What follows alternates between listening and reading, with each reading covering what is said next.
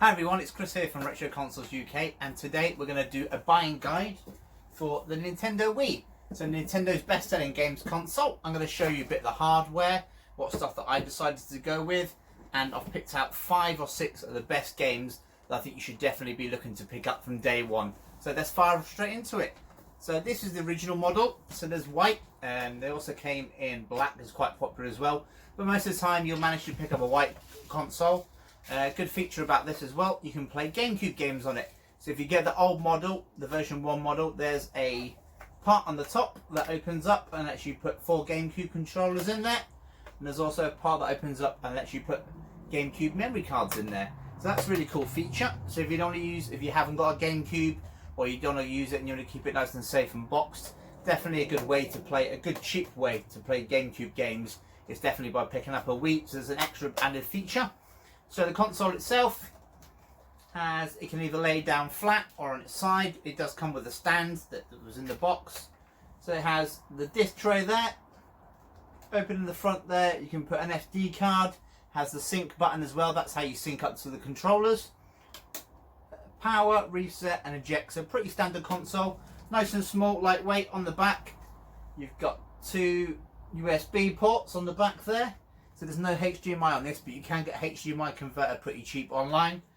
It's got the, well, the sensor bar plugs in the back. It's got power and it's got TV, so the AV out. So that's the hardware, that's the console itself. Things it comes with. So this is a controller, as some of you will know. So it has the button 1, button 2, A, and this has the silicone casing on it to keep it safe. So if you bash it against anything, you won't break your controller or the thing you hit. It has the sync button underneath there, and it keeps 2 AA batteries. So always keep plenty of batteries there. You can get ones that charge in the charging port as well. They come in very different colours, red, pink, green, yellow, but the most common is white one. So that's the controller. So also you've got the power brick, big hefty power brick there, pretty standard. You have the AV cable.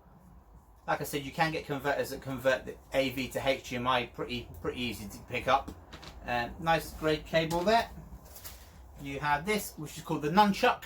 So this plugs into the bottom of the controller like so, just in there, and lets you play other games, other features as well. So you have one hand with the nunchuck and you can have one hand with the controller. So it's a pretty good feature, and quite a lot of games do use the nunchuck.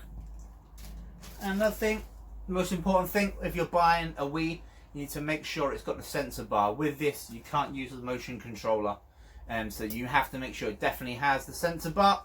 This can be set above the TV or below the TV. It's all your preference. So if you're picking up a second-hand console, go into the menu, into the options, and see if the settings are above the TV or below the TV, and change it to however you want. I normally have it on top of the TV, just how I always have it. It balances up nice on top of there as well.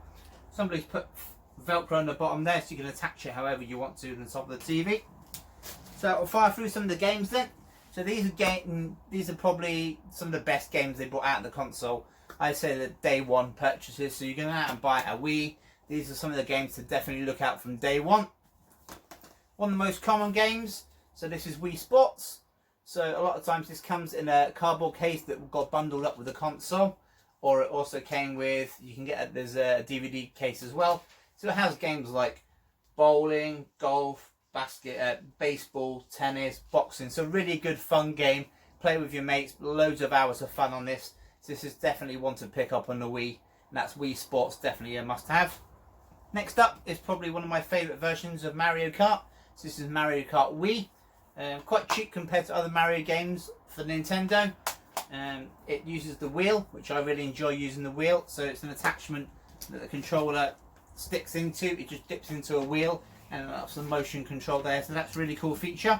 Loads of great games. Got some classic tracks on there from the Super Nintendo and the N64 generation. So a really good solid game there. Definitely a pickup, and that's Mario Kart Wii. Next up is another one. So this is Donkey Kong Returns. So this is taken on after the Donkey Kong Country games for the Super Nintendo. They brought it back with Donkey Kong Country Returns. So really good, and any of you that have played Donkey Kong Country games know they're really difficult.